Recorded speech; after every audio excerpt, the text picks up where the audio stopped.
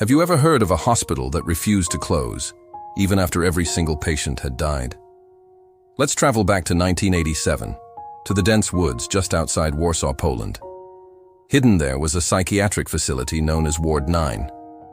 It was officially scheduled for demolition after a tragic gas leak supposedly killed everyone inside, staff and patients alike. But a strange thing happened. For some reason, the lights in the abandoned ward never went off. Night after night, locals reported seeing the windows of the derelict building glowing eerily in the distance. Power companies were baffled. They confirmed they had cut all electricity to the site years ago. They even sent crews to sever the physical lines, yet the phantom lights persisted.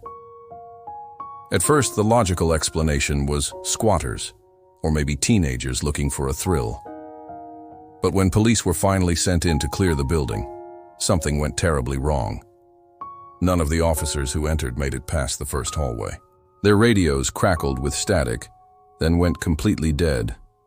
Inside, the air was thick with the sterile, chemical smell of disinfectant, but it was mixed with something else, something foul and rotten.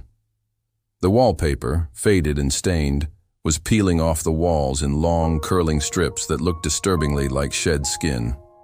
When backup finally breached the entrance, they found the first officer's body.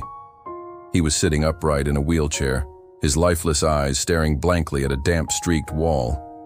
His uniform was soaked through with saline, the kind used in IV drips. But how? The hospital had been disconnected from all medical supplies and water mains for years. Even more chilling were the fresh, crude surgical markings drawn across his chest. And on the floor, scrawled in what was later confirmed to be his own blood, was a single, terrifying word: admit. A few weeks after the incident, the story of Ward 9 started to spread through online forums, attracting a group of urban explorers. Armed with cameras and a thirst for the unknown, they snuck past the police tape and into the decaying structure. Most of what they recorded was confiscated by authorities and never officially released to the public. However, one short, grainy clip managed to leak online. The video shows a long, dark corridor, intermittently lit by the frantic flickering of the overhead ceiling lamps. Dust motes dance in the unsteady light. Suddenly, a patient gurney at the far end of the hallway rolls into view, moving across the corridor as if pushed by an unseen hand, before disappearing into the shadows on the other side. The camera operator is silent. You can only hear their shaky breathing. Then, a faint, disembodied woman's voice whispers through the camera's microphone, clear as day. "Check room 19. The explorers, terrified but driven by a morbid curiosity, made their way to room 19. The door was already slightly ajar. Pushing it open, they found a bizarre scene. Inside, stacked like bricks from floor to ceiling, were hundreds of old cassette tapes. Each one was meticulously labeled with a patient's name, a date, and a stark final annotation: deceased. The mystery of Ward 9 only deepened when investigators unearthed a private notebook belonging to the hospital's last head physician, a man named Dr. Emil Novak. His final entries, written in a frantic, barely legible scrawl, painted a horrifying picture of the ward's last days. He wrote, "Patients report hearing the walls breathe," and another entry, "Experiment showing signs of persistence after death." His final chilling instruction read, "Do not leave the ward unattended." Dr. Novak had a terrifying theory he called post-conscious retention. He believed that when a human brain dies under conditions of extreme trauma or terror, a fragment of its consciousness, an echo of its final moments, could become imprinted on the physical space where it perished. And Ward 9, a place of immense suffering, was now home to hundreds of these trapped, residual fragments of awareness. The official story of a gas leak? According to Novak's journal, it was a lie. He had orchestrated the entire event. He rerouted the hospital's oxygen supply, flooding the sealed-off ward with a potent anesthetic gas for 48 excruciating hours. His goal was to test his theory, to see if the collective near-death hallucinations of his patients could be recorded, into the very fabric of the building itself. When his own staff discovered his monstrous plan and tried to stop him, he locked them inside with the patients. For 2 full days, the ward was silent. No one answered any calls. No alarms were triggered.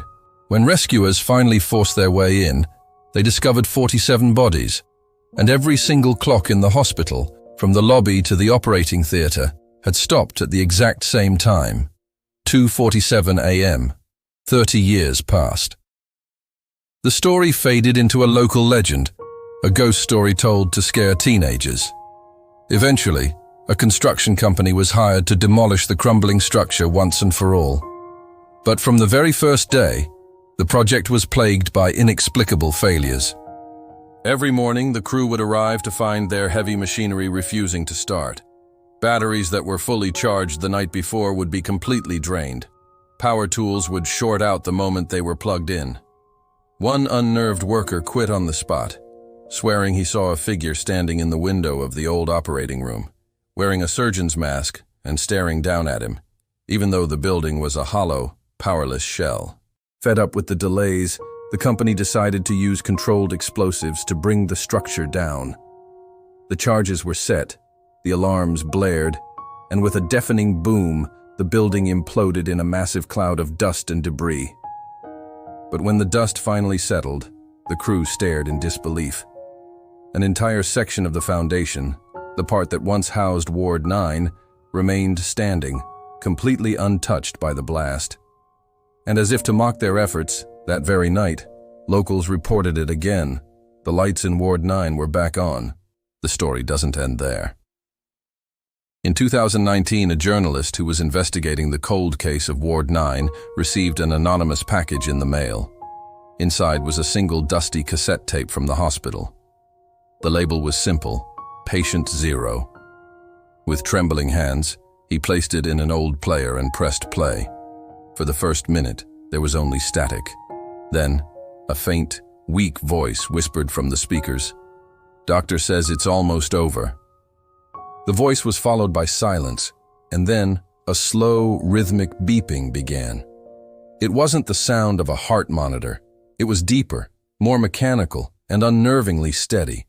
It sounded almost like someone breathing through a ventilator mask.